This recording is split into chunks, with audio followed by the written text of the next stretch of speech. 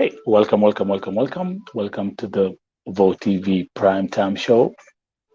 I do believe right now we are live. We are live. Karibu, karibu, karibu, karibu.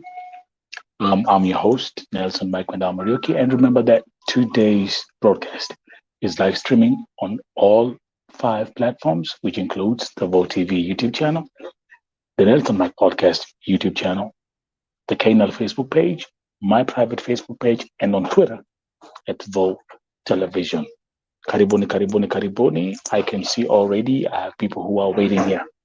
Tuanzie na nani? Tuanzie na Florence Mwangoi saying niko ndani ya nyumba. Tuko na Joyce Valeria saying waiting. Hello Vo TV family.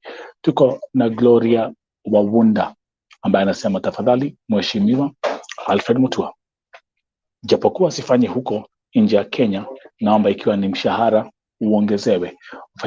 Wafanyakazi wote sio Kemboi tu, juu kazi ya huko ni ngumu sana, yani ni shida tu inafanya mtu aende. Thank you Gloria Wawunda. You've seen the topic today. I'm going to discuss and analyze the visit of the Cabinet Secretary of the Ministry of Foreign Affairs, Honorable Dr. Alfred Mutua. He is in Saudi Arabia. I don't know whether he has left already, and we will definitely look into the details of his visit here at Vo TV. Moses Kokach is here. Mkoli Asha saying, I'm here. Heroneresoni, I'm here. Remember, this broadcast is live streaming on 5 platforms concurrently. So if you're watching on YouTube on my YouTube channels, you're welcome. If you're watching on the Facebook page, you're welcome. If you're watching on Twitter, you're welcome. Just show some love. Drop a comment as we proceed. Mkoli, and by the way, let me know where you're watching from. Where are you watching from? Where are you watching from? Of course, how can I forget that? Where are you watching from? Niambie. I hope that wherever you guys are, I hope that everyone is healthy. I hope that everyone is doing fine, and I hope that everyone is safe and secure. Okay.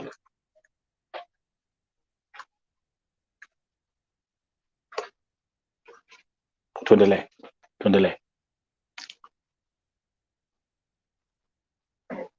Okay, looks like something. I'm gonna go back here.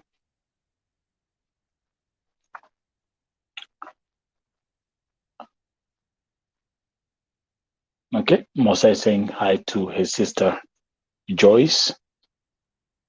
Mkoli Asher watching all the way from Saudi Arabia. Welcome again, the Vo TV Primetime Show. Today we'll look at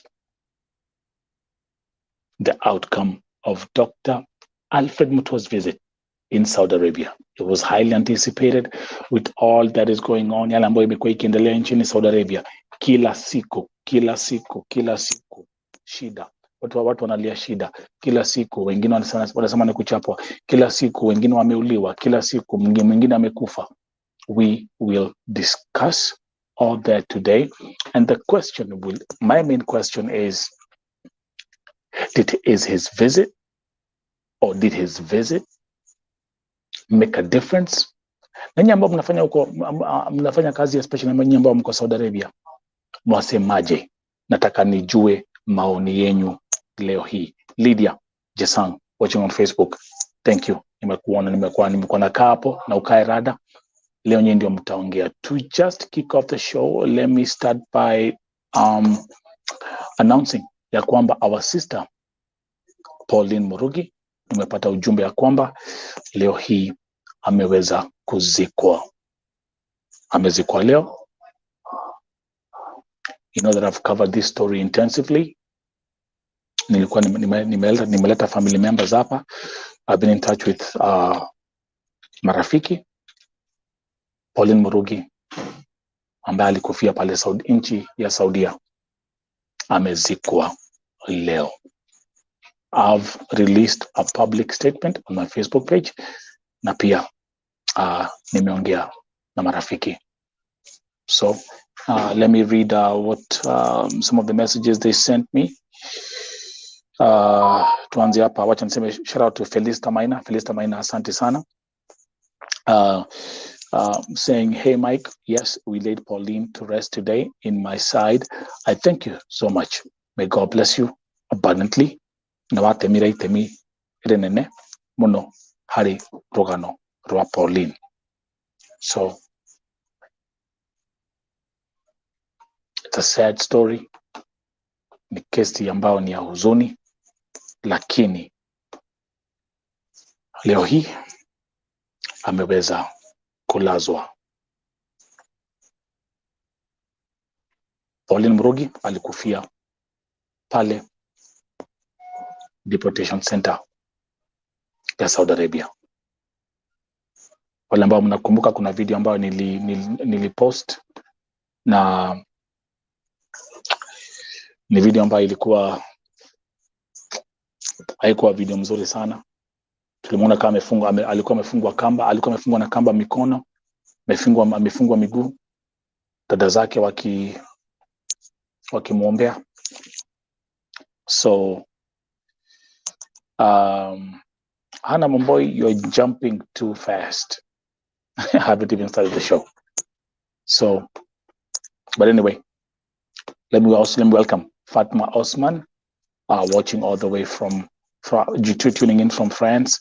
Tuko na Rispa Mwangi watching also from Saudi Arabia. Kwanza ni poa sana, ningependa sana nyinyi ambao mko Saudi Arabia muingie hapa ndio tuweze kuongea haya maneno about hii safari ya Dr. Alfred Mutua. The topics today in a nutshell, nimemake announcement yake. Pauline Murugi amezikwa leo. Pauline Murugi, wale ambao wanajua, alikufia nchini Saudia. On to the next one. Again, tutaangalia hii safari ya Honorable Mutua. What was discussed? What was the conclusion? And what is the future? How does the future look like for our sisters who are working in Saudi Arabia? Then I will also give a brief touch on the tragic story of our sister Damari Osita, ambaye jana aliaga dunia. Those who tuned in the morning, if you are here at the if you watch the Vote TV, the Raukana Vote TV breakfast show, niliweza kuambia what happened. If you didn't watch that segment, it's on the channel. You can replay that. Lakini pia tutaangalia ntaguzia kidogo hii story. Kesi ya Damari Osita ni kesi moja ndefu sana. Kuna mambo mingi sana, lakini itaendelea kuwapatia more updates in step. So, Wadoidi, you know what to do. Mose, you know what to do. Let me welcome Lena Segoi, watching from Eldoret, Kenya. Thank you very much. Yes. Wale mko hapa, like, share. If you are new here, subscribe. So, maybe kuanzia tuanze niulize swali. Ni wangapi ambao wako hapa tena? Mwonyesho kwa mikono. Ni wangapi wako hapa ambao wanafanya kazi Saudia kama kadama?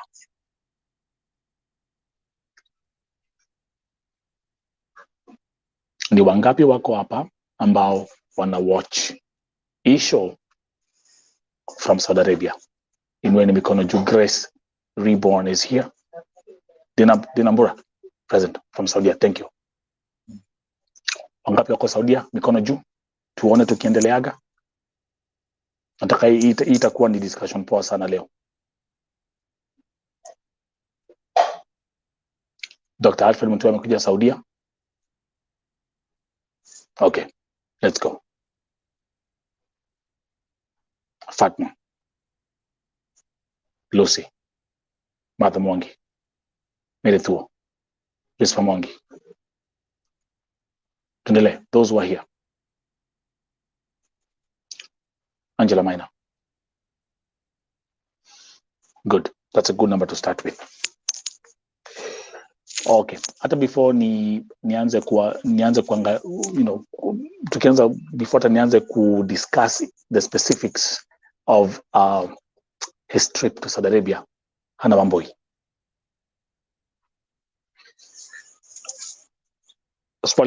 Next question. Next question. Next question.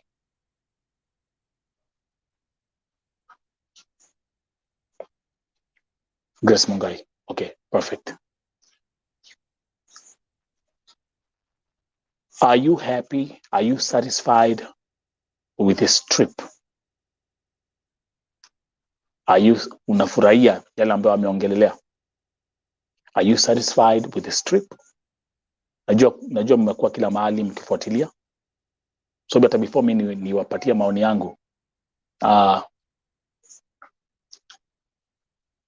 the question is, are you satisfied with this trip? Yes or no? Let's see.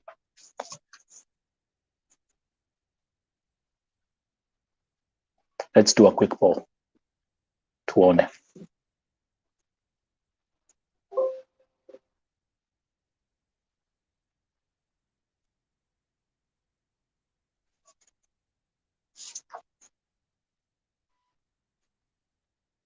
Mother Mungi saying yes.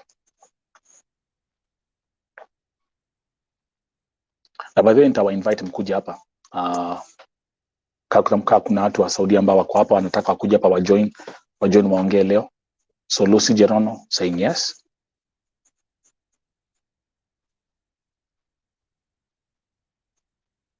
Are you satisfied? Are you happy? Do you feel Honorable Mutua achieved something in Saudi? Meritu saying yes. Fatma Nasmayu saying yes.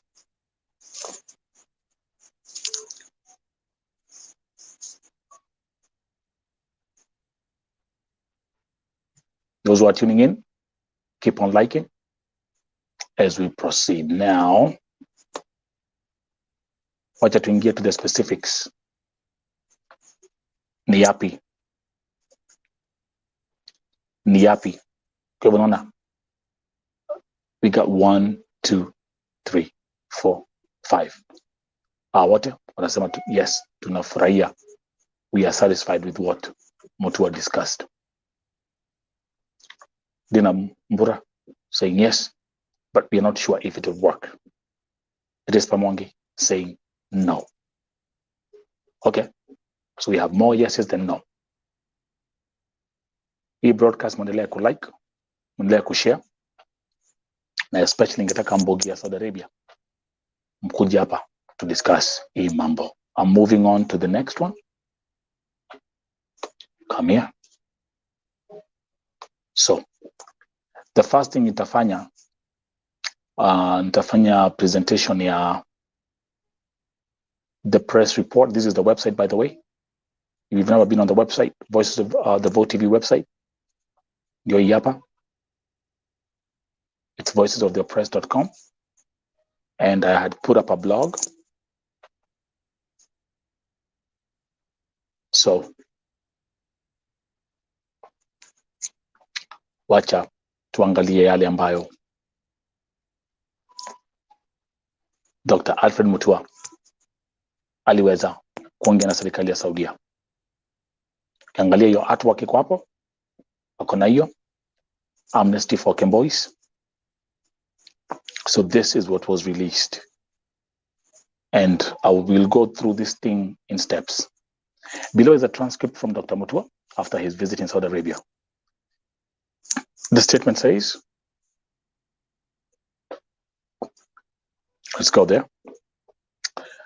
I've spent 2 days in Saudi Arabia on an official tour. I've held several meetings. I have met senior Saudi government officials, my counterpart, the Minister of Foreign Affairs, His Highness Faisal bin Fahan Al Saud, and also a strong team of the Ministry of Labor, led by Vice Minister of Labor, His Excellency Dr. Abdullah Nasser Aboth Naim. It continues. Grace Mungai saying no. I've also met and spent hours listening to Kenyans living and working in Saudi Arabia. I have also had the pleasure of meeting young babies of our Kenyan mothers. So tuanzie hapo.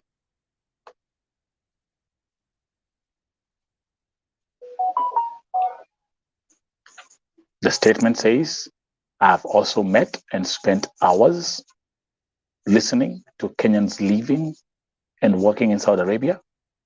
I have also had the pleasure of meeting young babies of our Kenyan mothers. Kwa hivyo hapa ni kuonyesha kwamba aidha kama kuna Wakenya ambao washaolewa pale nchini Saudia, maybe they are Saudi citizens, na kuna familia huko aliweza kuwa meet, but also of course kuna KEMBOIs ambao pia wako pale, wako na watoto, inaonekana pia aliweza kumit now. The statement continues. The meetings with the Kingdom of Saudi Arabia government have centered on our bilateral issues based on the great relationship we have with the Kingdom of Saudi Arabia. So, note that word, great relationship we have with the Kingdom of Saudi Arabia. We have agreed to work together as a team as we push our international agendas. We have requested the support of the Kingdom of Saudi Arabia as we tackle the drought situation facing our country due to the effects of climate change. Another outstanding statement. Kenya kuko na njaa, watu wanalia hakuna chakula. So, as you can see right there, it says we have requested the support of the Kingdom of Saudi Arabia as we tackle the drought situation facing our country due to the effects of climate change. So when he says we have requested the support of the Kingdom of Saudi Arabia, that means they are seeking foreign aid. Kwa sababu ya njaa ile kwa Kenya. Tuko pamoja? Okay? Kenya inasemekana kuna parts za Kenya ambazo kuko na akunyeshi, the rivers are drying up, watu wanalia njaa. So kwa sababu ya the drought situation, they have requested support. So when you see this here, that means, of course, Saudi is not a food producing country, but I'm sure the support will come in form of finances. The statement continues, with His Highness Faisal, we have agreed to enhance our trade and investment and expansion of our tourism sectors. This will create more employment opportunities and increasing the amount of money in the pockets of our people. Another outstanding statement. This will create more employment opportunities and increasing the amount of money in the pockets of our people. Are you with me? Okay. The statement continues. The Kingdom of Saudi Arabia views Kenya as one of its top partners. And likewise, we view Saudi Arabia as one of major partners.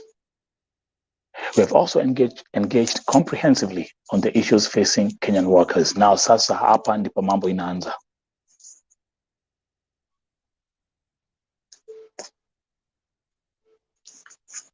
We have also engaged comprehensively on the issues facing Kenyan workers. So let's see what the outcome was.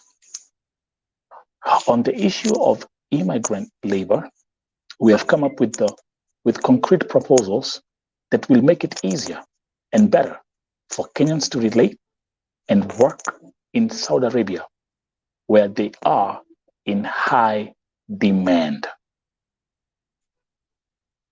Guys, everything I told you, niliwaambia, tuanzie hapo. They have come up with concrete proposals that will make it easier and better for Kenyans to relate and work in Saudi Arabia, where they are in high demand. Hebu andika high demand kwa chat tukiendeleaga. Now, let's look at this. Sasa tuangalie hapa. Listening to the victims, agents, Kenya government officials, and Saudi government officials, it is clear that the problems facing some of our people start back home in Kenya. The system is flawed and corrupt, and unless it's fixed, nothing will change.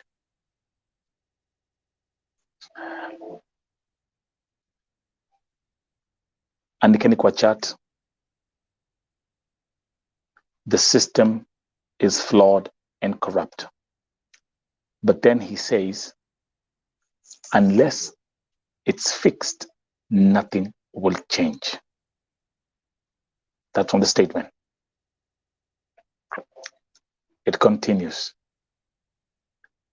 There is massive corruption in the way Kenyans are prepared before they leave to be domestic workers in Saudi Arabia, and follow-up of Kenyans when they arrive. This is a major concern to all of us, including the government of Saudi Arabia. Milka Chepto, that's my Milka is watching on Facebook. Just be patient. Let's go back here. Tuangalia hapa. This is a very, very powerful statement. And by the way, Yvonne, do you want to join me? Madam President, I need you here.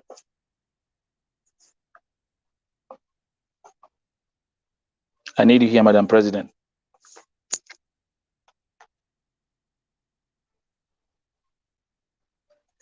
So, Alfred Mutua says there is massive corruption in the way Kenyans are prepared before they leave to be domestic workers in Saudi Arabia, and follow-up of Kenyans when they arrive. Shida ni gani? Napigia agent simu, achukui simu, sisaidiwi, sifanyiwi.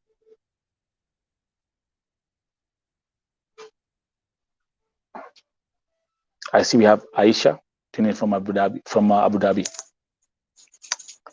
You see where I'm coming from? Massive. So okay, guys, can you write in the chat? And I want you will be picking up, the keywords. And the chat, massive corruption. The massive corruption ya nani?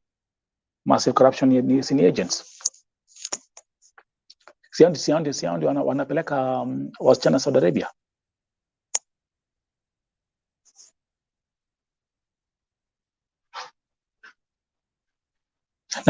Na kwa sababu ya hii massive corruption, wangapi tumepoteza hiyo Saudi Arabia?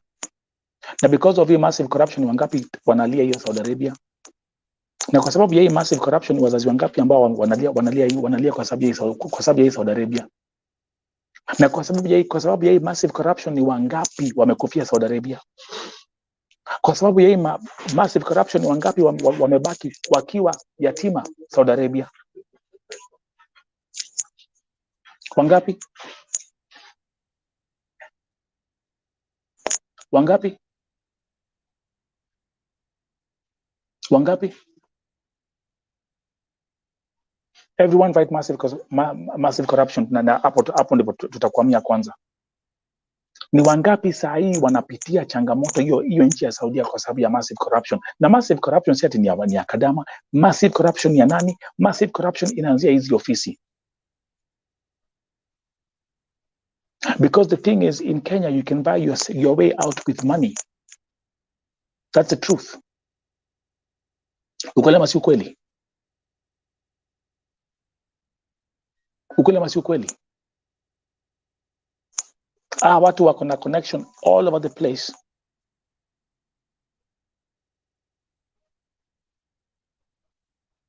Kuanzia kwa polisi, kuanzia kwa DCI, kuanzia kwa serikali, the institutions which are actually supposed to represent and protect our fellow sisters. Ukweli ama si ukweli? But then Mutua says, this is a major concern to all of us, including the government of Saudi Arabia. Sindio? Sindio?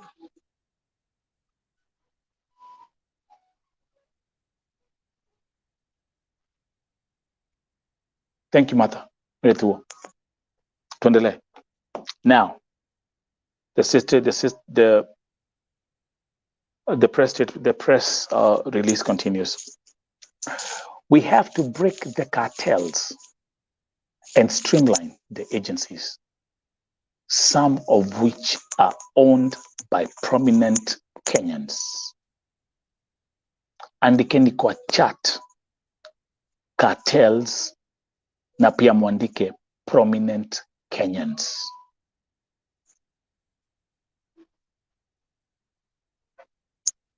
Andikeni hapo. Owned, andikeni cartels and owned by prominent Kenyans. Ndio statement hapo. Kwa hivyo kuko na prominent Kenyans ambao they own these agencies. And by the way, let me say this. Mutua, you ain't telling me personally anything new. Hautuambii kitu mpya hapa. Just FYI. Cartels, that's not breaking news. You'll see breaking news. So nothing that you're saying in this statement so far is breaking news to each and every one of us. So what do these cartels and prominent Kenyans have? They have connections. Thank you very much, Rhoda. Lucy. Sindio, they automatically have connections. Thank you, Dina Wambura. Angalia comment ya Dina Wambura. Since Kenyan MPs and ministers are the owners of these Bonako agencies, then hii mateso haitawaisha Saudia. Hakuna kitu tunaambiwa mpya hapa. There's nothing new here. There's nothing new here. Hakuna kitu hapa Mutua umetuambia mpya so far. I mean, from this statement, especially like, you know. Hakuna kitu mpya hapa. Okay, I've seen it. Madam President and Dr. Mia.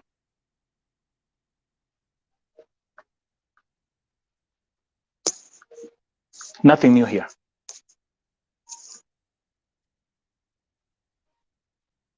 Nothing new.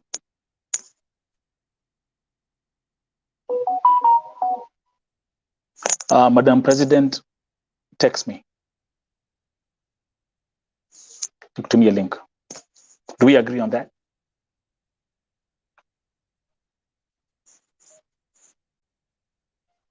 Our prominent Kenyans, our cartels, they try to fight anyone who tries to come on their way.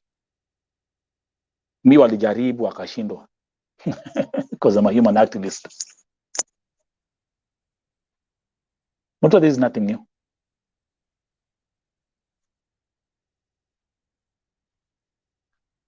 And can I be very, very honest? If you're saying we have to break the cartels and streamline the agencies, some of which are owned by prominent Kenyans, I'm gonna tell you something. You won't be able to achieve this goal. you will not be able to achieve this goal.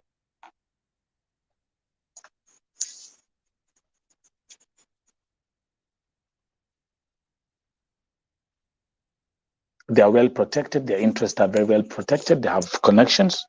And when it comes to Kenya, money talks. Wewe umeingia ofisi tu juzi. I've been here for 7 years now.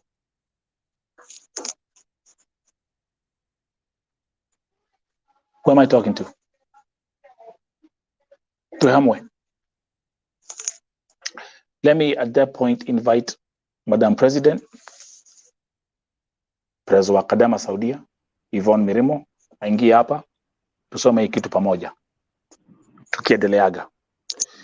So what we're going to do is Madam President, let's start with e-party. We have to break the cartels and streamline the agencies, some of which are owned by prominent Kenyans. Maoni kwako? Thank you so much, Vote TV family, and all the viewers, the Vote TV family. Welcome to our show so that we can digest the whole of this statement.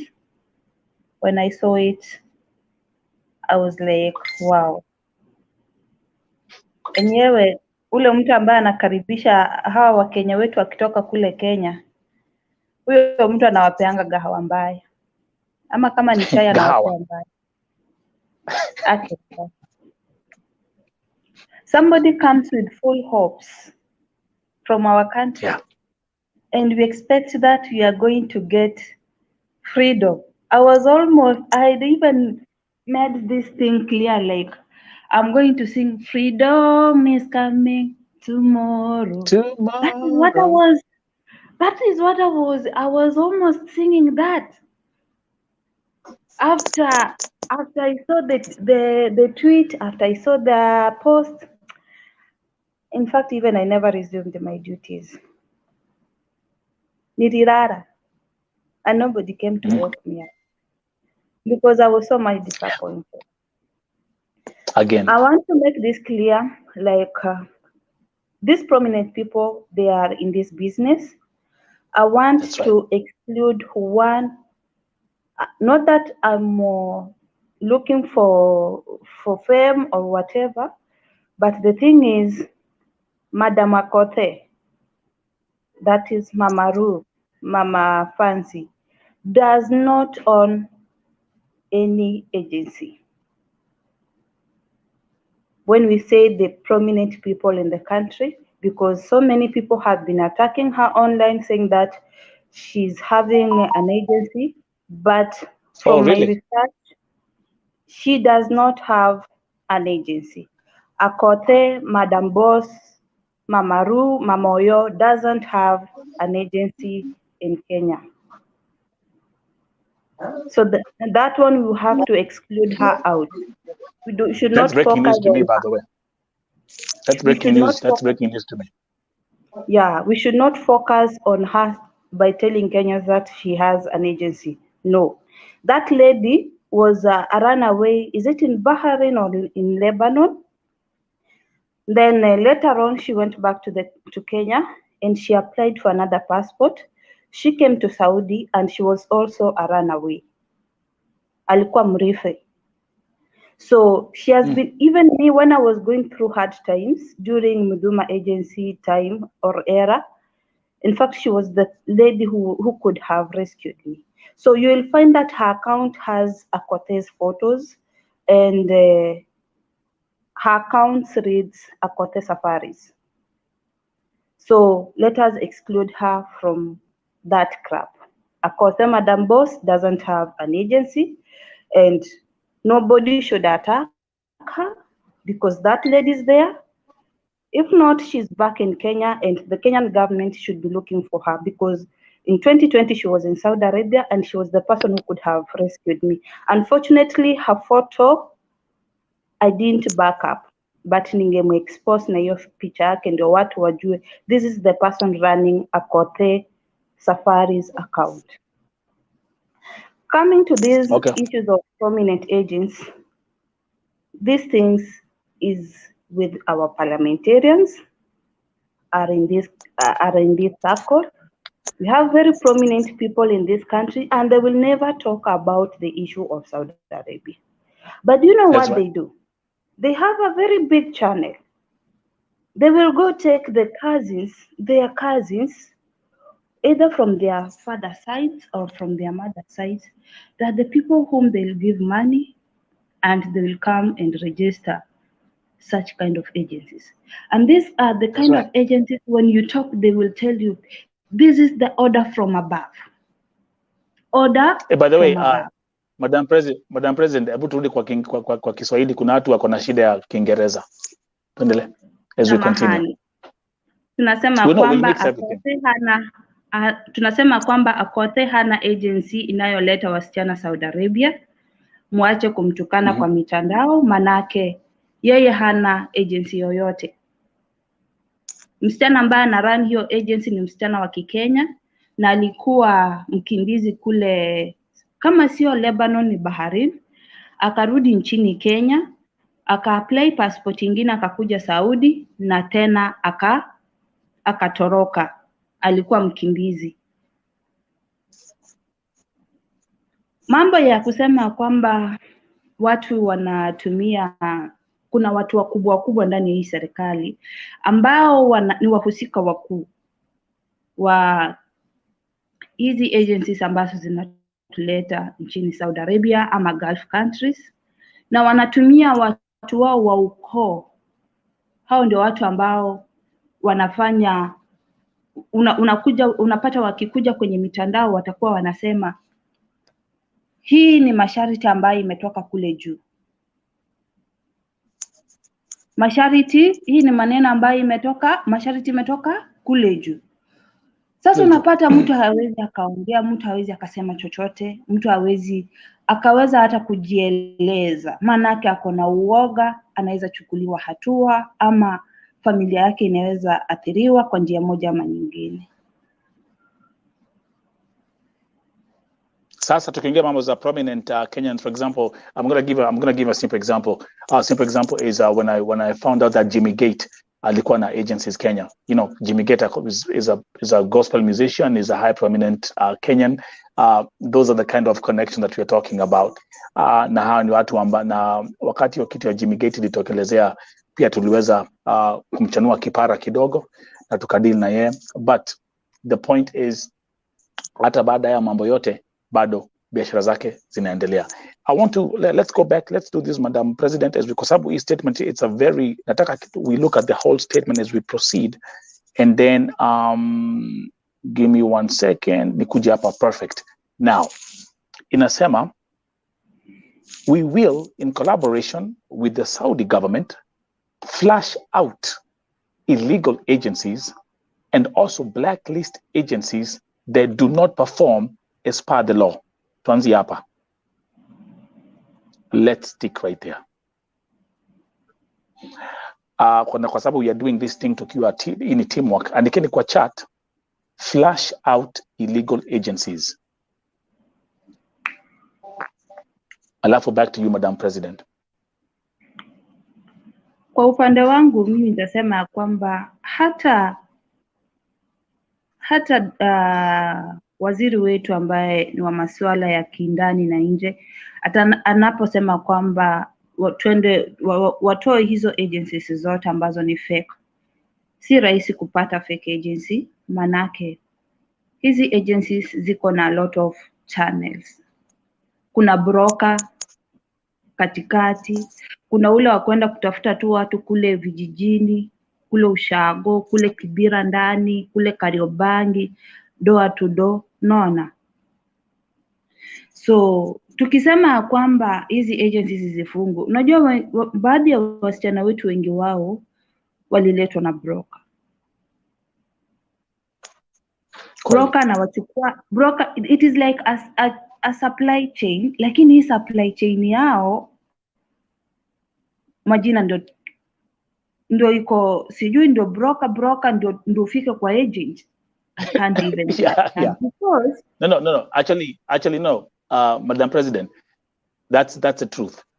So let's start from here. Let's take example like now ulisafiri na Mudhuma agencies, So angalia, broker, you might even find a channel that goes like broker. Mimi nililetwa na broker. Mimi nililetwa na broker. Ule broker akaniuza, akani connect na broker mwingine. Ule broker mwingine akani connect with another broker. Yani kitambo fika kwa ule broker mwenye ako karibu sasa na agency. My friend. Inakuanga very long process. Na mostly huwa wanachukua tu watu randomly. So mtu akileta, tuseme for example, mimi ni broker, nimeenda ground kutafuta watu, mimi nitakuja nikuuzie wewe Nelson. Nikisha kuuzia wewe Nelson, wewe sasa nawe tena utaenda uzie sasa, tuseme our CS Alfred Mutua has an agent, so is the owner of the agency. Sasa wewe utaenda umuuze kwa Dr. Alfred Mutua. You get? So na hapa katikati unaweza pata watu wengi sana, watu wanachanganyikia hapa katikati. So if you are not keen, you cannot even know who your agency is. The owner of your agency huwezi mjua ni nani. Ndio ile shida na kuanga nao sana wasichana wengi ambao wanakujanga hapa kunyandikia ati wakiniambia niwasaidie ama wanapitia changamoto. Kila wakati nikiuliza jina la agency, they don't know. Wanakuambia agency yangu ni Wanjiko. Even me, I never knew about my agency. Even me, I never knew my agency. I came to know about my agency when now things were very tough. Na I approached a friend of mine na nikamwambia unajua inakaa tuende ofisi manake I had a same reaction na the late mwenye amekufa huyo msichana Damari. So and I was not being given medical care by them. Lakini after my brother talked to them, they now understood me. Na in case ikiapia, they just take me to the hospital. They never ask me anything. Niambia ukiona imeanza, just tell us so that you can go to the hospital. Siwezingi kulala kwa nyumba siku mbili. So this agency, in short, no matter how much our CS is telling us that he wants to flush this agency, atakuwa na kibarua. The best thing I can tell him as our able cabinet secretary ni kwamba hizi agency zitolewe na tubakie na government bilateral agency. Tukisema hivyo wanapiga mateke kama punda. Let me actually the best explanation go ahead. Reason as why nasema tukue na government versus government in the day bilateral agreement is because these agencies, they're not taking care of these girls. They're not able to protect them when they have the laws. As much as they're saying that ati hao ni kama tu suppliers. Wanapewa order and they supply people, so they don't know where this person is going to land. But this is a life. This is a human being. What are you supposed to do? When this girl goes to that house, the first thing she's supposed to do is to keep her contract. Then the second thing she's supposed to do is to get her the phone number of Madam or Baba, so that in case of anything, they're able to contact the family or the agents. And when this girl is undergoing a lot of stress, as an agent, because majority of you have said that you are learned and you are houseboys and housegirls of Saudi, ex-houseboys and ex-housegirls of Saudi Arabia, the best thing you can do is to communicate with the sponsor and tell him, hey, I'm the agent of Yvonne Mirimu, and kindly, how is she, before that, call him and tell him, I'm the agent of Yvonne Mirimu, Anna's safarin hivi na niko hapa, nilikuwa nataka kujua anaendelea aje, kazi iko aje. Then from there, this person is able to open. This agent, this sponsor will be able to open to you na kuambia kwamba Ivy hafanyi kazi. Ivy ananisumbua, Ivy ako hivi na hivi, and then from there come back to Ivy, muulize Ivy, mi nilikupatia kazi, why you not working, shida iko wapi? Ivy, mimi nitakwambia, unajua mimi ni mgonjwa, unajua mimi nafanya kazi bila chakula, unajua mimi sina hata internet, unajua mimi hata sina masaa ya kupumzika, unajua mimi nafanyishwa kazi nyumba moja mbili tatu, and then after that you'll have to make a decision like madam, kama Ivy ako na shida, jaribu niongeleshe, mimi nitamuongelesha, and then from there I will make now my conditions. You have to be smart. Sio tu unaenda tu kirukia mtu na maneno, hapana. You have to be smart so that you are not endangering the life of this girl that is in this house, and you are not able to tell her that to show this person that huyu mtu ameongea na yeye umemwambia ABCD is happening. No, that is what most agencies are failing to do, because the moment you start telling Mwarabu ya kwamba mbona unapiga msichana wangu, mbona unamnyima chakula, the next thing ni atapokonywa ile simu, and you won't get more of the information about this girl, and this girl will continue to suffer, and this girl atakuweka kwa shida, your agency itakuwa iko kwa shida. So after talking to this girl, after talking to the boss, mwambia kwamba okay, kama Ivy ako na shida, kindly ensure that you reach out on me so that I can be able to talk to Ivy. So from there umwambia kwamba, but remember that as an agent, or as the agreement we have with the Saudi government is, msichana hafai make sure ya kwamba msichana wangu hafanyishwe kazi nyumba moja hadi nyingine, msichana wangu at least ako na time ya kupumzika, msichana wangu at least anaweza communicate na mimi na familia yake nyumbani, at least msichana wangu akiwa na shida, you are able to talk to me so that I can be able to talk to her because of language barrier. Imagine siwezi niwacha nikwambie 100% sure from the cases I have dealt with, hakuna Mwarabu hukataa hiyo story. Mwarabu hata kama kuna shida, she will call you. Mimi hata wakati mwingine napatanga ma missed calls mingi, wamenipigia, ambia so and so ingie kazi, fulani amekataa kufanya hivi. So when they talk to me, I'll talk to the girl na nimwambie ingia job, usiharibu kazi, ingia job, na kama kuna shida I'll be able to handle it na madam. So nitamweleza kama kuna shida kabisa, hata ananyimwa food, nitamwambia jaribu, kama unaweza pata hata mchele ya white, wewe nunua tu weke hapo, atachemsha akule na akunywe na maji, aendelee na kazi, usimnyime mambo ya kujitengenezea food. That is how these agencies are supposed. This is how these agencies are supposed. Yeah, hold on that thought, and then we're going to do this because I want us to make sure. I want to make sure we touch on every subject on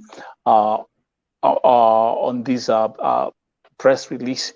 Yeah, Dr. Alfred Mutua, which actually also includes mambo za amnesty for KEMBOIs, mambo za mshahara. We'll all look into that and tutaendelea could discuss. Now,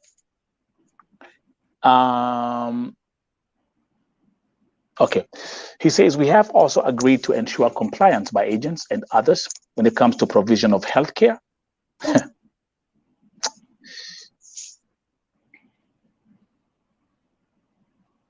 gotta bring this back here.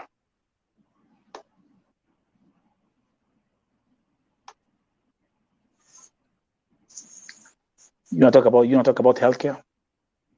Yeah. Damari Osita. Wait. I just want to make up an injunction, and then I'll continue reading the statement. Right now, we have a dead victim in Dubai. So just remember that. And something I also want to mention quickly, Yvonne and those who are watching, Dr. Alfred Mutua, you never went to Sakani Deportation Center kwenda kuangalia wale ambao ni wagonjwa and those who are stranded there wakiwa mentally distressed and they're crying for help. Just FYI. Lakini wacha niendelee na hii statement hapa. Tuendelee kusoma. Look at this. To this, as an immediate short-term venture, we will be issuing new procedures which will have to be followed before we grant clearance for any Kenyan to travel as a domestic worker to any country. Kenya immigration officers will also not allow Kenyans to travel out of the country as domestic workers without fulfilling the set requirements starting on Monday, the 7th of November, 2022. Now, we'll get back to that, Madam President, but lakini wacha niendelea kusoma because I want to get to the issue of the hotline. We have also set up a joint technical team of Kenya and Saudi Arabia government officials to fast-track labor issues, including the issue of exit visas. They start their work 2 weeks from today on November 17th. Another point. Now, we have dedicated an emergency hotline for Kenyans in Saudi Arabia to call when facing any difficulties. The emergency hotline number at the Kenyan Embassy in Riyadh is 966-500-755-060. On receiving a call, we will take prompt action, including but not limited to engaging the Saudi government for their assistance. The idea is to ensure every Kenyan works and lives a fulfilling life. Let's start with the hotline number. Those who are watching, everyone can hotline number +966 500 755 060. I'm going to actually paste that and put that core comments. Madam President, maoni yako kuhusu hii hotline ambayo ni ya embassy. Not forgetting that tumeambiwa kwa kila wakati embassy haifanyi, embassy haichukui calls, embassy inafukuza watu, tuna nini. Let's talk about that part. Maoni kwenyu, and those who are watching, those who are viewing, drop your maoni, and Yvonne.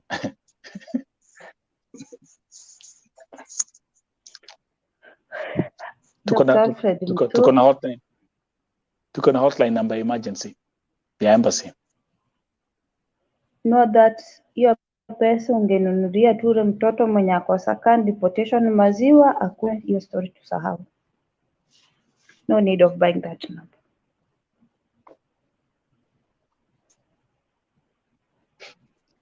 Watu wako na namba ya embassy. Watu wako na namba ya embassy attaches. Are they being assisted? Nobody is being assisted. No. Ama ukishikwa akikuwa tu, yani hiyo siku ameamuka vizuri, ile kitu atashika ni matusi ambayo utaporomoshewa pako useme Mungu wangu. Hata ningetafuta tu hata Kemboi anipatie advice. Ningetafuta tu Kemboi anipea advice, kwa sababu Kemboi amekaa hapa, ako na ile tajriba, ako na experience. Anaweza nipatia advice na niendelee kuchapa kazi hii, mjengo niendelee kuchapa. Hata naweza ongea ama nitafute ex-girl mwenye anaweza ongea na huyu madam, at least kutengeneza uhusiano mzuri kati yangu na madam. You know what you are running away is to talk to these sponsors. You are running away from that fact. Na shida ni kwa hizi nyumba, shida si kule kwa embassy. Aki usingenipigia tu simu nikwambie ile kitu yenye Wakenya wanapitia jamani. Kukupea tu ushauri, si ati unilipe, si ati mimi natafuta kuwa celebrity ama kadama on contracts. And what these girls are going through is very hard. We are talking about issues za watu sijui medical. Let me tell you the truth that ile proposal ambayo umepewa haitakubalika. One, this girl is here illegally. So story ya kusema ati akigonjeka peleke hospitali haitawezekana, because already Saudi Arabia government has got its own budget. inajua kwamba watu wenye wako hapa legally ni watu fulani, watu wenye ni citizens wa hii nchi ni watu fulani, watu wa serikali ni watu fulani. So matibabu ya kadama is free if only you are on contract, you have an ikama and you have a passport. When you go to a government hospital, you will get free medication.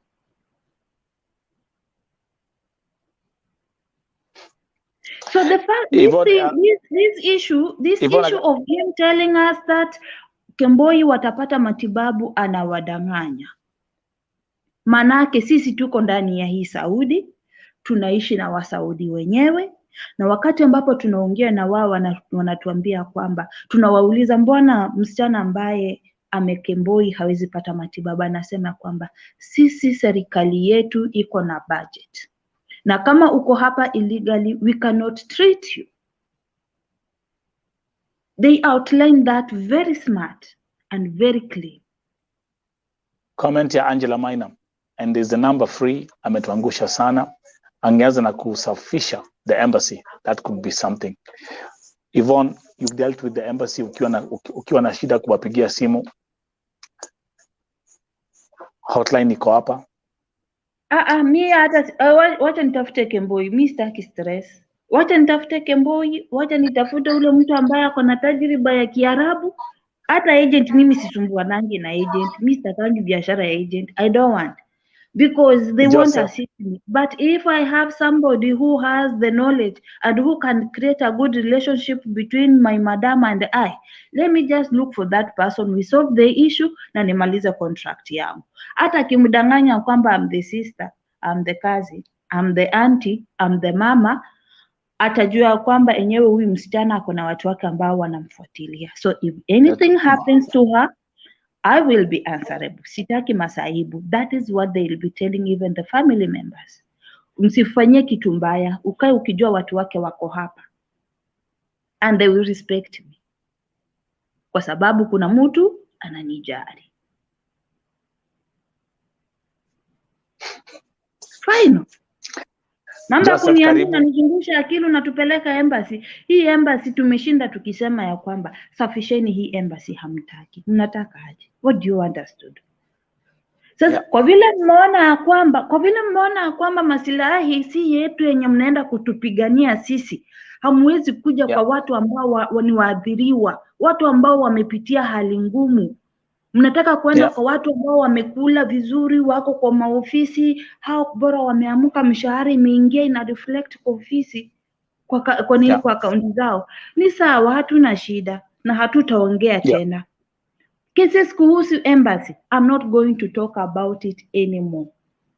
Let it be between me and God. Na mtu wote ambao unasafiri kuja nchini Saudi Arabia, tafadhali jua ya kwamba wewe ni wewe na Mungu wako. You have no representative who is representing you. It is only you with your God.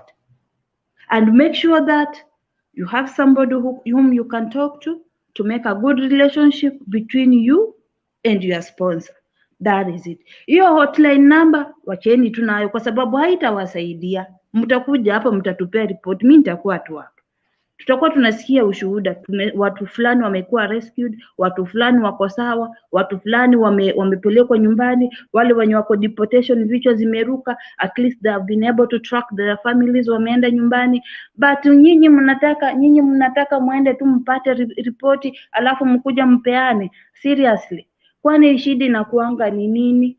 Mbona hamwezi mkatusikia? Mbona hamwezi kusikia kilio chetu cha wanyonge? Ukitaka kujua mambo mengi, tafuta mtu mnyonge. As much as hata tutakuwa tuna blame hizi agencies, but our representative wenyewe, watu ambao wako ndani ya hii nchi hawatusaidii. Hii mambo ya kusema ya kwamba mnaenda kuflash all agencies. Dr. Alfred Mtua, before you going to flash all those agencies, corruption is also brought here in this country. It is in our own embassy. But hamtaki kusikia watu wakiongea kuhusu mambo ya embassy kwa sababu mnaona ya kwamba tunawaharibia jina. Hata Wasaudi wenyewe wanajua kwamba our embassies are bad. Our embassies are not following the rules of Saudi Arabia. Ndio maana wamewaachilia tu wafanye venye wanataka. It is so much sad kuona watoto wa watu wanakuja hapa wakiwa wazima, wanaenda nyumbani wakiwa kwa masanduku, wanaenda nyumbani wakiwa depression imewamaliza, they are dying, and there is somebody who could be somewhere mwenye angesema ya kwamba no, let me go and rescue this girl. Hata heri nimpeleke Sakan, lakini asikuwe depressed.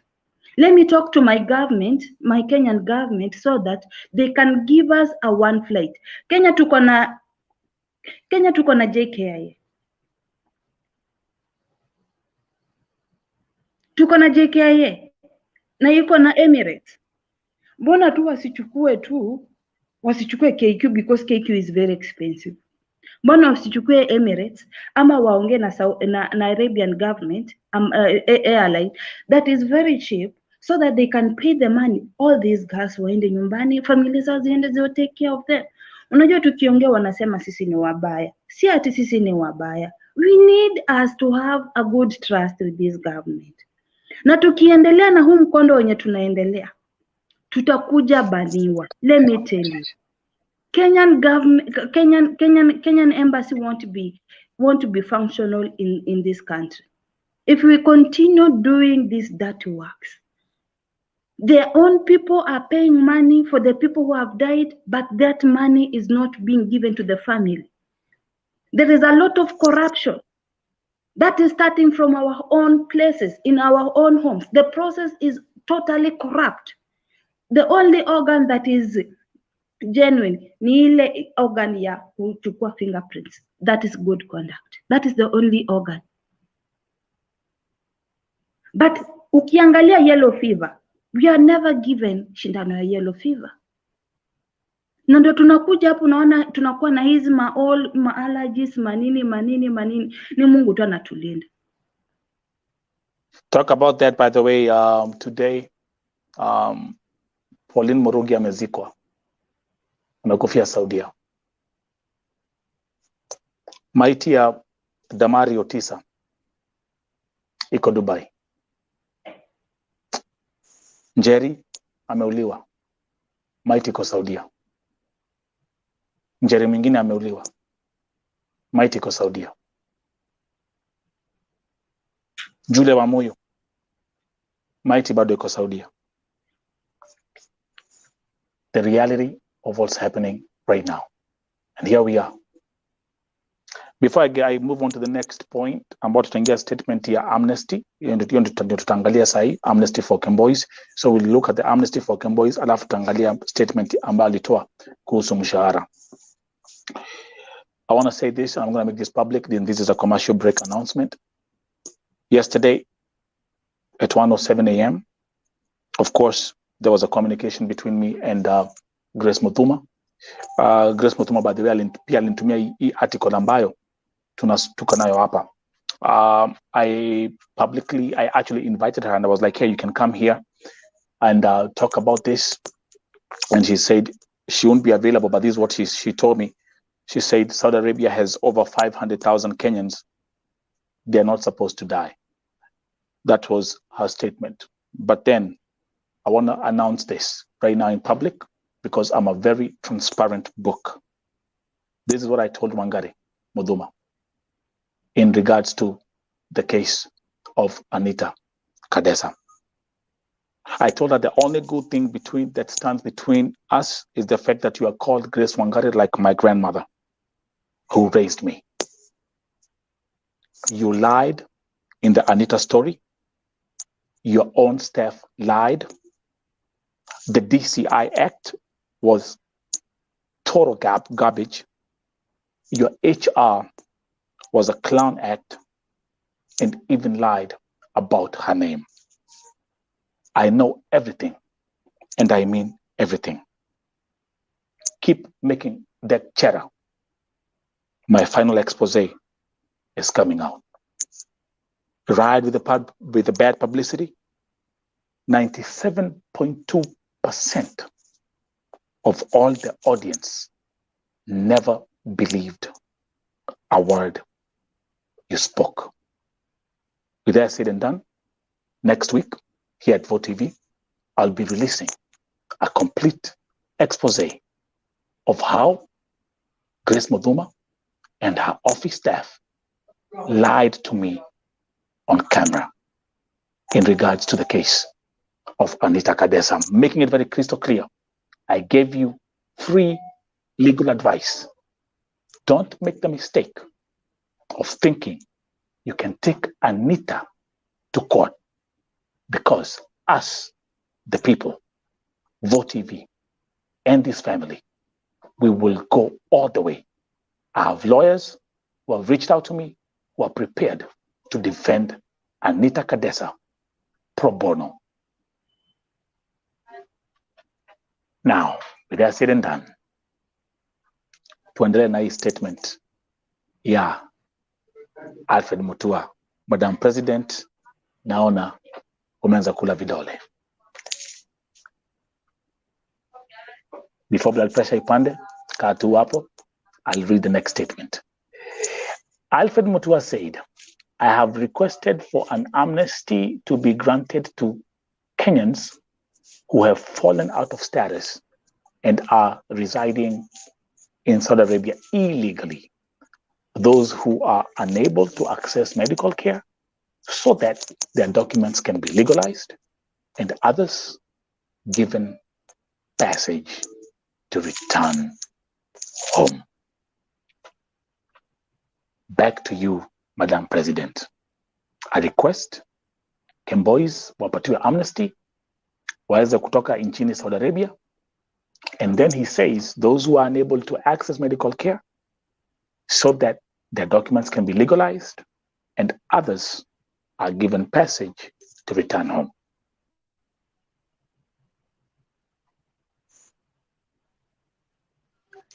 I think, Madam President, okay. Are you still there?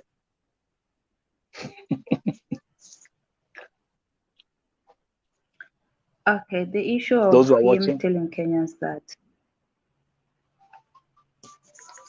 amnesty. is about amnesty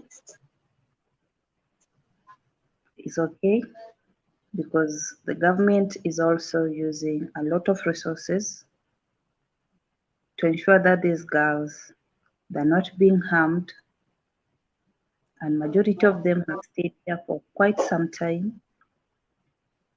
So kama watasema warudi nyumbani, I have no comment about it.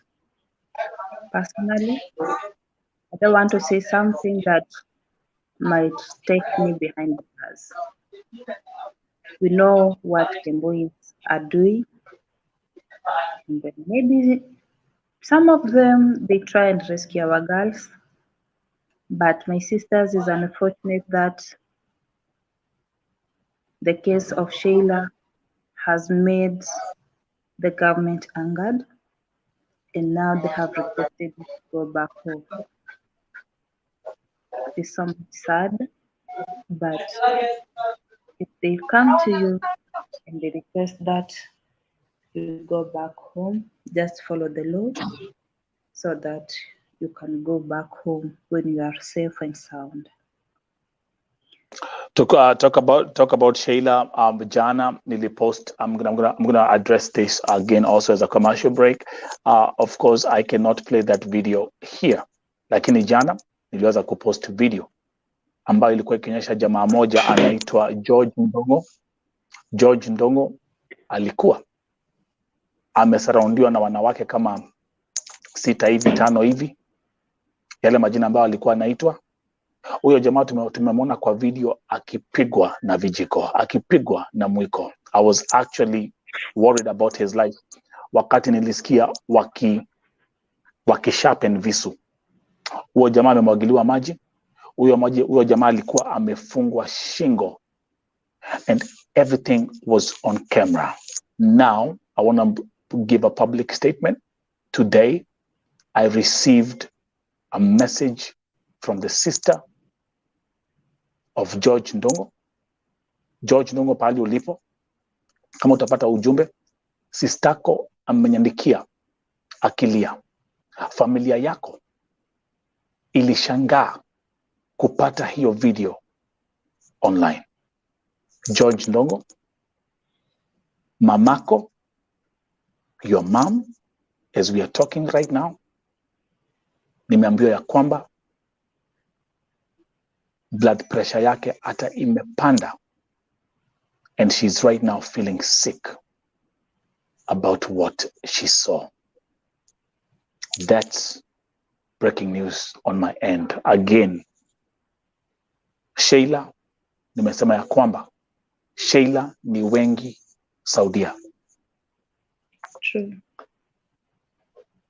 Guys, those who are my followers on Facebook, you've seen those videos ambazo nimeweka. Those videos have been watched. Niliweka your video jana.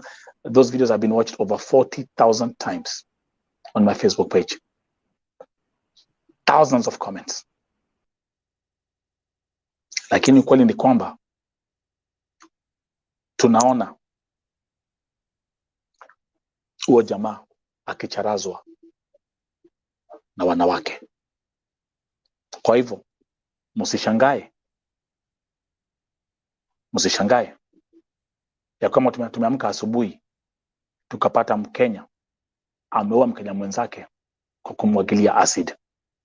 Hawa watu, what I've seen and what we have watched on those videos, I'm telling you, hata akona bahati alitoka hiyo room akiwa hai. He was set up. It was something about Raini, Eko Raini, all yelling in Kikuyu, wakimuita majina ambazo siwezi nikataja hapa kwa hii broadcast. Lakini it was such a shameful thing to watch on broad daylight. And they recorded it. I won't show that video here. Mkitaka, go to my Facebook page at Nelson Michael Dawa Muriuki. Video iko hapo. Ni video mbili. I even have a third video. Mwone vile wa jamaa alifanywa. Na ni wanawake wanamfanya hivyo. Si wanaume, ni wanawake. Na nisema ya kwamba wakati nilisikia na ni wanawake. Wakati nilisikia wameanza kuchukua visu, like you could hear them sharpening knives on the back end. And wa Kenya. So issue ya amnesty, Mutua amefile request amnesty kwenyu. Now, something else that he actually added on that, he said the Kenyan government is also dispatching additional staff to the Riyadh embassy to assist in the process of legalizing Kenyans who are out of status and processing traveling documents and other necessary paperwork. Watu wamekuwa wakiuliza mambo za mshahara, and I'm going to touch on that right now. I come here and I come here. In the statement Mutua alisema, he mentions, we have requested for an increase of quotas to allow trained Kenyans in all fields to get jobs in Saudi Arabia. I want to just ile kuelezea an increase of quotas. What they're saying is it's like they're increasing more slots for more employment. So in this statement, Mutua is talking about an increase, kuongezea more employees wasafiri Kenya kwenda kufanya kazi nchini Saudi Arabia. Then he continues and he says, our university and other tertiary level graduates now have an even bigger opportunity to get jobs here and the larger Middle East. Now, I don't know whether he's talking about, there's no mention whether it's skilled labor, because the only form of employment tunajua Saudi Arabia ni unskilled labor. Lakini kwa sababu hapa he's talking about graduates. He's saying they now even have a bigger opportunity to get jobs here and the larger Middle East. Then Najua kuna kitu moja hakuna kitu kingine. One of the key things Kenyans hutaka kusikia ni all the time ni mambo za salary. So I'll put that right there. Wacha niwasomee. We have also requested for a review upwards on the packages and salaries offered to Kenyans working in Saudi Arabia. Kina Fatma Nismiu, nilikuwa naona hizo kama nilikuwa naandika, but I tell you guys you must be patient every time I'm doing a presentation. Okay, so Joyce, the statement is here. I want you to pay attention again. We have also requested for a review upwards, okay, on the packages and salaries. Najua Kiingereza huwa ni lugha, sio lugha ya kila mtu, but that is exactly what he's referring to. Two things. It's a request.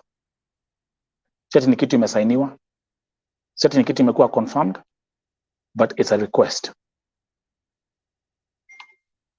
Hapa, the keyword here is upwards. Pay attention here.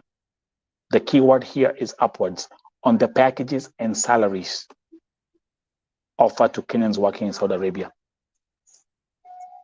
Nani akona swali hiyo part? Kuna mtu akona swali hiyo part? I'll stick there for some time.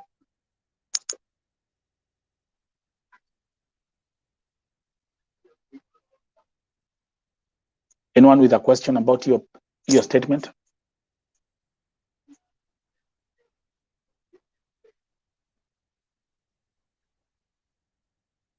So it's a request for a review upwards, which means increase, which means, and they're focusing on the packages and salaries offered to Kenyans working in Saudi Arabia, which actually that doesn't even, and because it's an for a review upwards on the packages and salaries offered to Kenyans working in Saudi Arabia, it's not just the Kadamas. I think it's a reference to all Kenyans working in Saudi Arabia.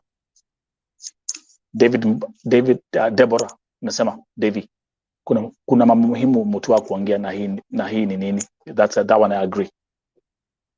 Sophie Bambu, yes, niko na swali. Endelea. Nafatiti, if working conditions are not improved, Kenyans will continue working under harsh conditions, e.g. working using harsh chemicals without protective gear. I agree. Sophia nauliza, ni kwa kila mtu anafanya kazi Saudi ama ni KEMBOIs peke yake? What are you referring to, the amnesty? No, I don't get that part.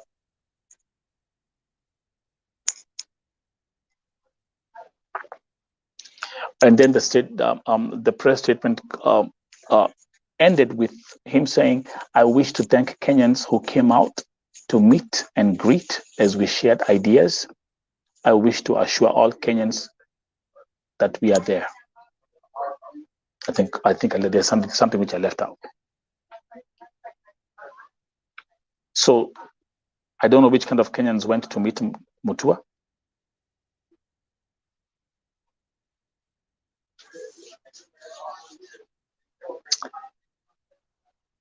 Let me explain my personal disappointments.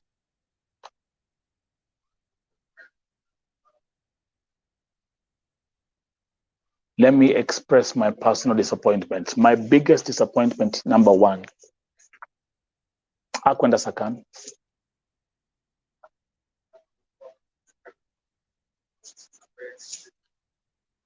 He didn't go to Sakan. Mbona hukwenda Sakan deportation? Mbona hukwenda to the prisons? Why are they not taking you there?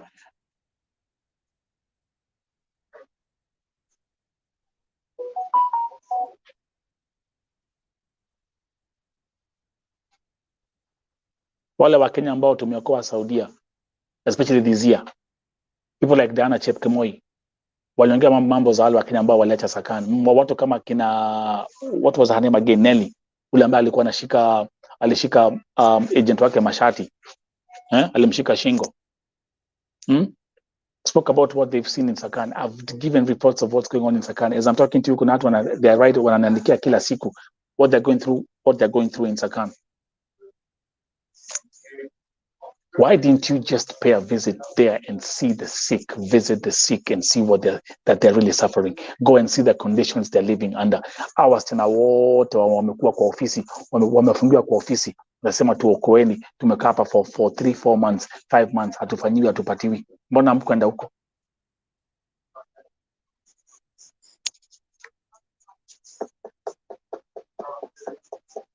This again was exactly, this was picked individuals like they always do.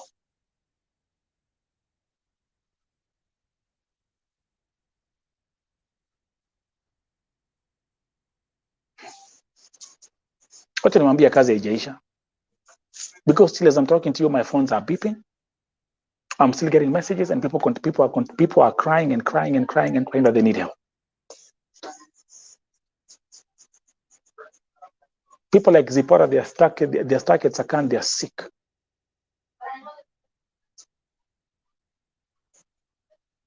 So do you know who wins? Do you know who are the biggest winners here?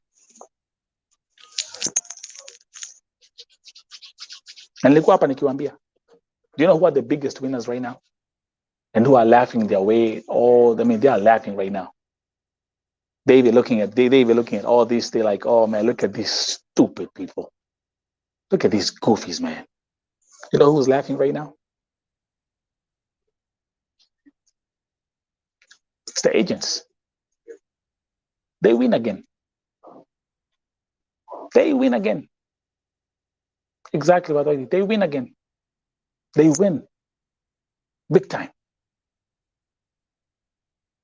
Kuna pale umesikia kwa hiyo statement ya mtu akiongea mambo za people getting killed, people dying, people all this. Umesikia kuna pale ameongea kwa hiyo statement yake? No, nowhere.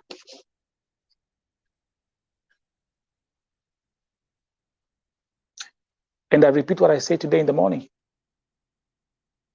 Kwa the Rauka na Vote TV show.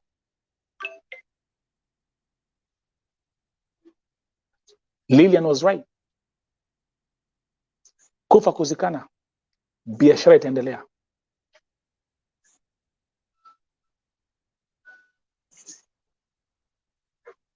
That's the truth. That's the truth. Let me actually see if I can, I'm going to be able to pull up, let me see if I'm going to be able to pull up. Give me a second.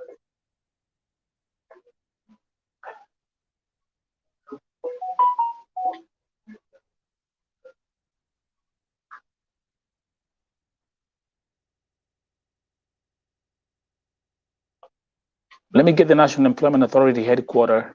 Wacha niangalia website ya NEA haraka. Namtona what I'm talking about. Oh. Pole, give me a second.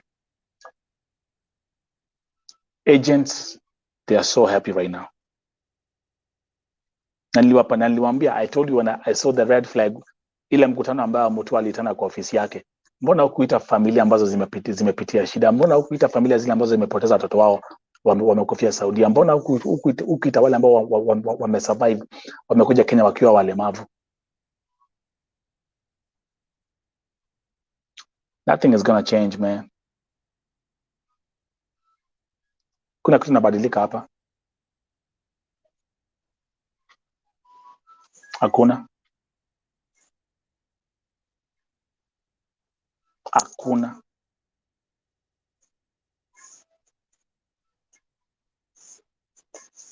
Another sad day for humanity. Pauline Murugi amezikwa leo. Not in a single mention of casualties or none. Zero.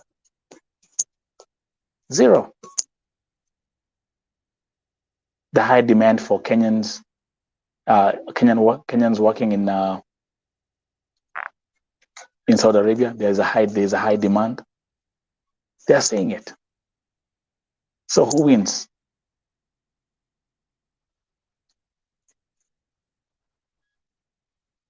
Who wins?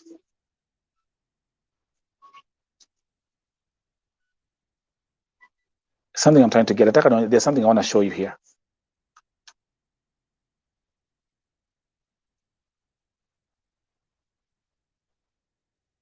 Something I want to show you here real quick.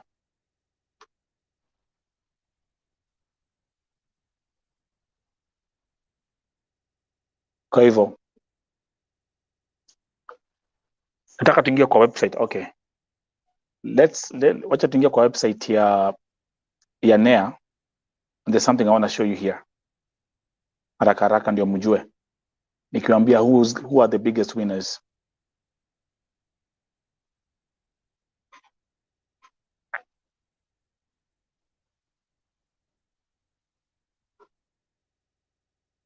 Let's start with this one here. Give me a second. Yeah, bila tu umesema.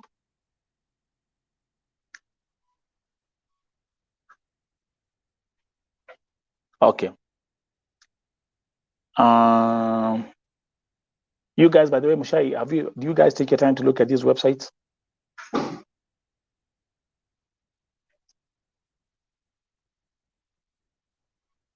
Okay. This is the one that gives instructions of for all the embassies, but give me a second. There's one I want to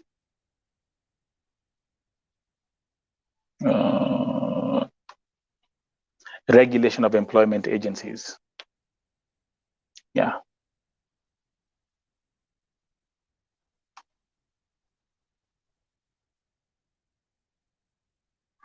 One second. Okay, perfect. Ikuja hapa.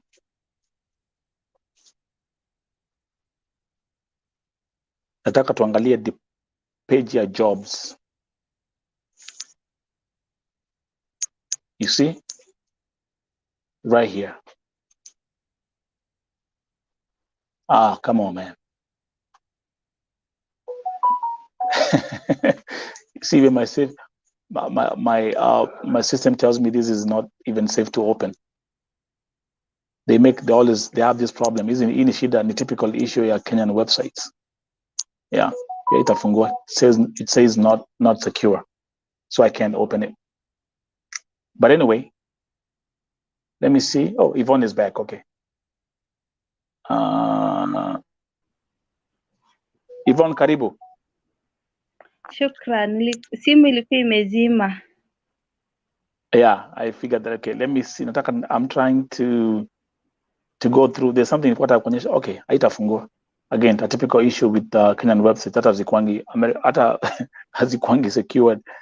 That's so my I use high protection whatever for my system, so imekata. But nilikuwa kuambia hivi, ukienda kwa website ya NEA, nataka muende hapa kwa find job opportunities na mtaweza kuona, go and see zile ad ziko hapo za kazi ya kwenda Saudi Arabia. Utashangaa.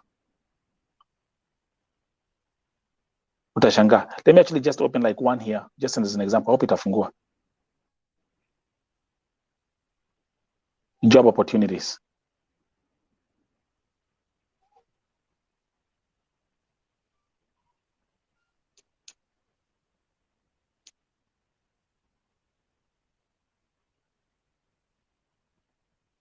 Okay. Anyway, I'll have to set that separately. Lakini turudi kwako Yvonne. Yes. I was touching, nilikuwa naongelea mambo za mshahara. Wamesema ati kwamba amerequest packages za mshahara ziongezewe. Maoni kwako? Let me tell you this ya kwamba I told our CS he should do a wide range research before coming to Saudi Arabia. Hangekuja tu hivyo haraka kabla hajafanya research, and yeah, to our CS it was very fast. but hata bado hatujasaidika. Yes, hatujasaidika, si kwa ubaya na hatutasaidika. Bado tu maisha ni yale yale tu. Nobody will be able to hear about us. Oh my goodness.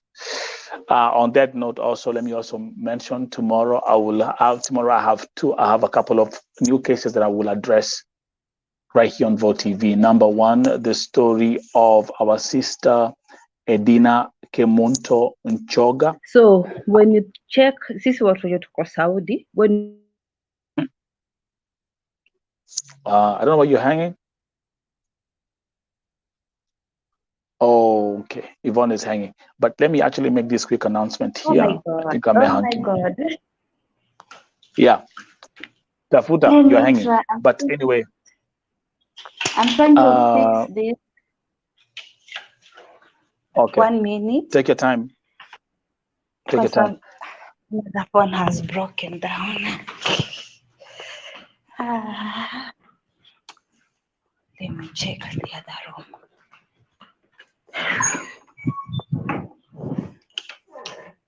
I hope this one tutapata network. Good. So I was telling you this ya kwamba when you check at healthcare.com, that is a website where whereby the sponsor goes to request a shagala or kadama, and this sponsor is supposed to pay 2,500 US dollars, which is around 10,000 Saudi riyal, if I'm not wrong. Around 10 to 14,000 Saudi riyal, if I'm not wrong, because I haven't made the figure. I've forgotten the figure in Saudi riyal. So you find that they have stipulated all laws of shagala. And that is where I come and blame the agents, because they're not taking their responsibilities. One, huyu msichana anapochukuliwa kwa sababu hiyo pesa analipa pale, the sponsor deposit that money in that particular account of healthcare.com.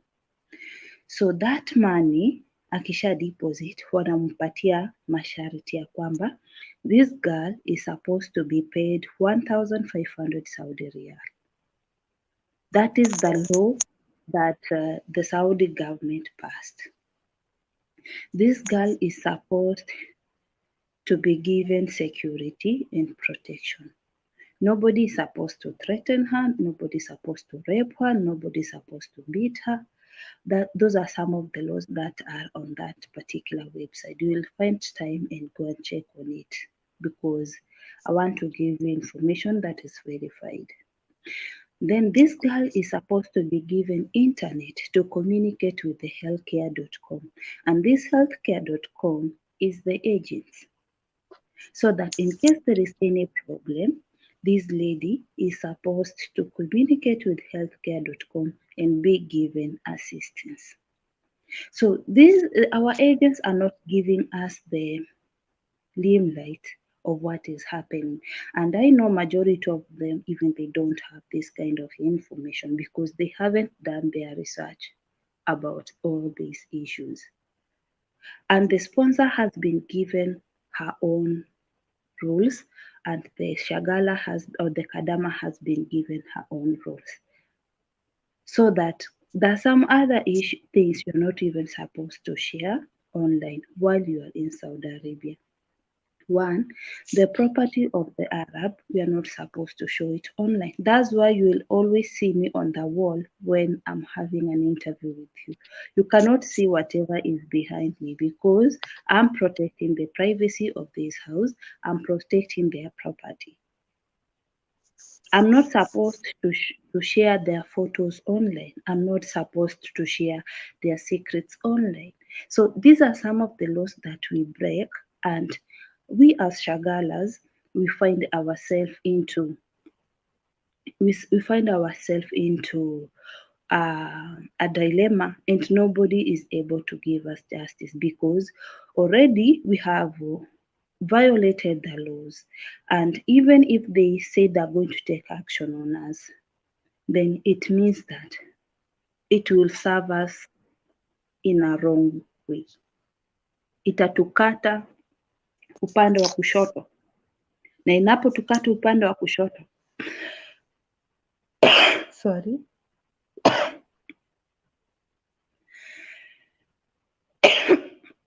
sorry Bless you.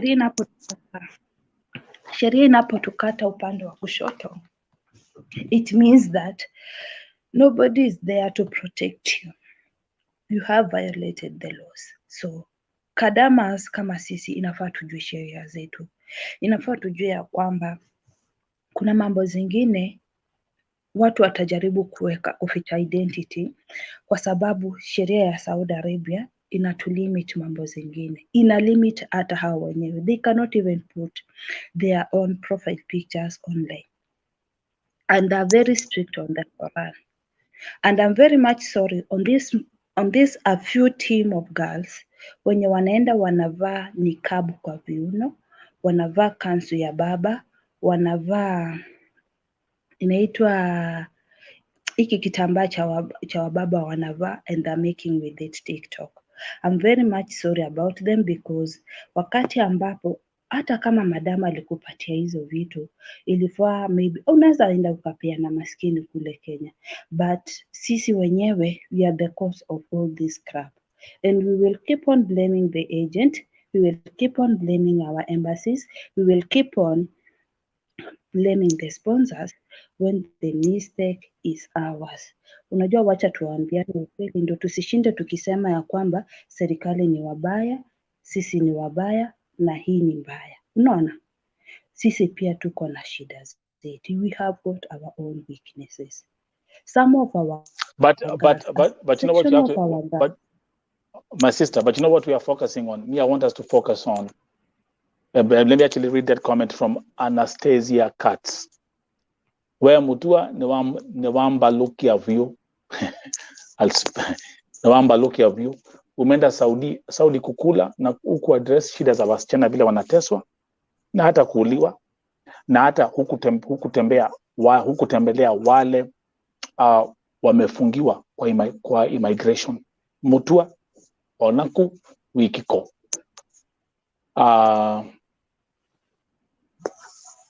Let's do a poll again after running this segment. Ni wangapi hapa wako na hofu ya kwamba mambo itabadilika Saudia baada ya huu mkutano wa Alfred Mutua baada ya huu mkutano? Show hands up. Say yes kama unafikiria itabadilika. Say no if you believe nothing will change.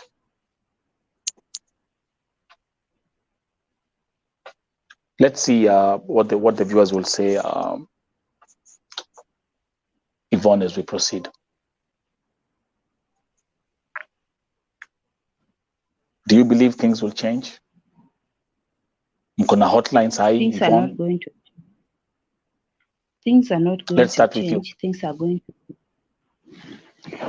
not going to change. Things are going to be more worse and worse, because kuna vitu zingine sisi, mashida zingine sisi huwa tunajaribu kuficha za huko Kenya. You cannot come and announce that. You cannot just come and announce ya kwamba in our country tuko na kiangazi. You get? Angalia hapa. Just look at the screen. Nafatiti 254, no. Moses Kokach, no. Alvin Mwangi, no. Nadia Doris, no. Mambo ni yale. Moses Kokach, tuachie Mungu tu. Joyce Valeria, no. To live in Warsan. Pet Alv, no. Yvonne, no. So where do we move from here? What do we do? It is only us with God, and hata heri vile ambavyo tulikuwa, because I'm very much sure this trip has worsened the situation. Our girls are going to suffer more, depending on the statement here. hiyo statement tu peke yake it is going to make these girls to suffer more, kwa sababu sisi huwa tunaficha mambo ya kwamba kwetu kuna kiangazi, unaona, kwa sababu ukisema kwetu kuna njaa inamaanisha ya kwamba huyu msichana hatapewa chakula, atakuwa anaambiwa kule mara moja kwa siku, maanake huko kwao hakuna chakula. You get? Yeah. Hangeaddress hii issue. Mambo ya kusema ya kwamba Kemboi na wale ambao wako kwa contract, Kemboi wapewe medical, it is not going to work out because the Saudi government also has its own budget that is working on it, na wako na citizens wao ambao wako hapa, wako na wale migrant workers ambao wako hapa, so that thing is not going to work out. They give medicine into hospitals depending on the number they have. You cannot just run a country like a market. You get? That is the point I want you to understand. They have got their own budget, they're working on it. So mambo ya kusema ati Kemboi atapata matibabu, it will never work out and it is not going to yield any fruit at any given point. Number 3, as I conclude, is to say that Shagala, serikali ya Saudi ilipitisha ya kwamba all the Asian countries, they passed a law where they said that Shagala atakuwa anapata 1,500 Saudi riyal, but Yeah. the thing is ni hawa agents wa Kenya na wa Saudi, and I cannot blame even our Kenyan agent. I want to blame the agents of Saudi. These are the people who are scoffing a lot of money from the Saudis and wanafinyilia ule msichana ambaye anafanya kazi kwa contract. If you are smart enough and you have done your research, utakuja huku Saudi ukiambia kwamba as per healthcare.com, you have told us this girl is supposed to get 1,500 Saudi riyal and not 900 Saudi riyal. If this is happening, can we have a government interagency so that we can run this thing for maybe 5 years or 2 years? We see how this thing is running. If it is not going to pick up, then we will have to involve our own agencies.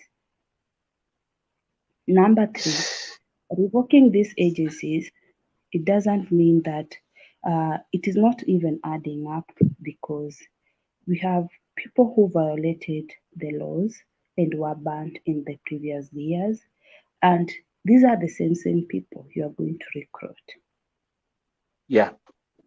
Because they have already done their broker things with other agencies, they have gotten their money. These are the same people you are going to recruit in this agency. So my request is, our CS Dr. Alfred Mutua, let us give it a try. We have a intergovernment agency whereby this girl, in case this girl is having a problem, we are able to communicate efficiently. Tukiwa na hale mazungumzo ya moja kwa moja, itakuwa ni rahisi kuliko tuanze kurecruit other agencies, tuanze tena kupata wasichana wengine wale wanalia, tuanze kupata zile cases ambazo watu ambao walicommit crimes in some years back have now gotten power. Our girls will suffer more. This is human life we are talking about. Hii si nyanya, hii si sukuma, hii si managu. Tafadhali tunaomba tukuwe na mkataba mzuri ili hawa wasichana, we want to boost our GDP in Kenya. That is the reason as per why we are crying for increase in salary. The Philippines have done that, and if we do this as Kenyan government, and then hatutakuwa na watu ambao because one, we will have opened other businesses. We will have invested in our countries back in Kenya, and by us investing in our country back in Kenya, we will have employed so many youth who are not able to come to this country and work. So that is the thing that we really needed us to do, to communicate, lakini ni kama wale watu ambao ulipata ukaongea na wao, you took another direction of perspective. How I wish you could have just made a call to one of us and ikuwe ni hivyo. Let's do Wasichana this. wapewe. The first comers should be paid 1,500 Saudi Real. Ule mwingine mwenye anakuja second time apewe 1,800. Na tukifanya hivi, the number of KEMBOIs or the number of girls running from the contract will go down. We won't have cases of girls killing others. We won't have cases of girls engaging into dirty activities in Saudi Arabia. We won't have a number of girls who will be breaking the laws of this country. So hold on that thought, because now we are approaching the end of today's broadcast. Thank you, Madam President. Thank you for all the input and all the viewers. Meanwhile, to conclude, again, like I did today in the morning, I've been able to connect all the dots of what happened to our sister, Damari Osita. What I'm going to do is this. It's so sad that these images reflect how she looked like. She was walking like this. Alikuwa anafanya kazi akiwa hivi, anapatiwa cream. Video iko kwa channel ya leo asubuhi, very detailed. And especially this picture. This is when they realize go hizi kupaka cream haisaidii. So you see it went from here.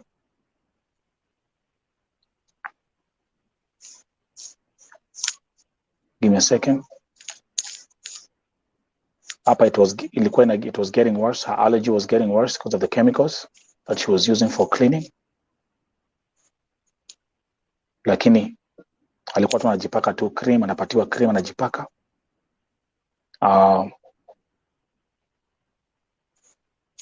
Let me continue. There you go. None of the cream that she was using. She was healing external wounds, but her internal organs were completely wrecked. And such a sad story. There she is. And this is how she left Kenya. We've lost a young sister, a mother of two. Pray for her family, pray for her two children. The story of Damari Osita is a lesson for many. Is a lesson for many. Tomorrow, I have a special feature of two other major stories of our sister. Kuna msichana ambaye amekufia nchi ya Lebanon, anaitwa Edna. Her family friends here in the USA, they reached out. I'll feature them tomorrow. And also breaking news, I'll feature another story of a lady who disappeared in India after leaving the country in 2019. The family reached out to me today. Keep an eye on that story. It's crazy. Took one flight to India, was supposed to come back that week, and that was the end of our story. Don't miss it tomorrow. Madam President, all the viewers, this is Vote TV. The next broadcast in Apanda, midnight. Don't forget the Vote TV primetime show, midnight edition, and also the late night edition, saa 8 za usiku. Salut. Mike. Salut. Salut. Yep. Mike, before we end the show, 2 minutes.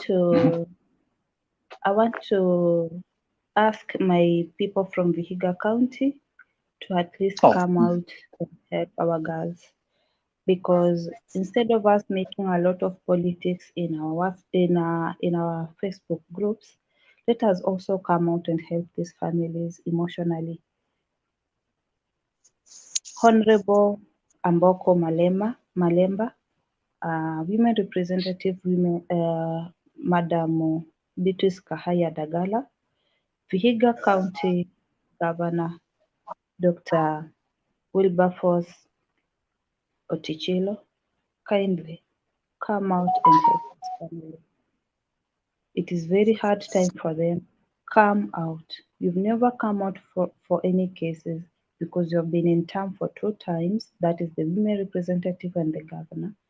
But you've never talked about these issues. We are just begging you, come on board. We'll be able to assist these families, be able to assist our girls. We know Vihiga County has no enough resources. We only have one factory, that is Mdeteti factory, and it cannot even employ thousands of Kenyans or thousands of Vihiga residents. And the other second resource we have is education. When you come to education sector, we have best schools. Kindly ensure that you are coming out so that you can be able to talk to these girls and you can be able to give them funds so that they can open up something that is reasonable. Tusiwapatie mikokoteni, hapana. Wapatieni ile biashara ambayo inaweza wasaidia kujikimu, walipia watoto wao school fees, so that we can curb this. And I'm also urging the Vihiga fraternity ya kwamba any agent that is in Vihiga County, make sure that you storm that agency, because these are the people who are very much reluctant. They're taking our girls. You've seen Brenda die mysteriously. You've seen Eunice the same. You've seen Catherine. Now this is another girl who is dying mysteriously in the same week, in a period of like 8 months. Is it eight? No, in a period of around 7 months, Last we are time, losing girls last time, seriously. So Bigger we'll County. be together. God will be with us. Rest in God bless peace, you. Damari. Painful, painful. Guys, have a good night. See you in my next podcast. Thank you, Yvonne. Thank you so much.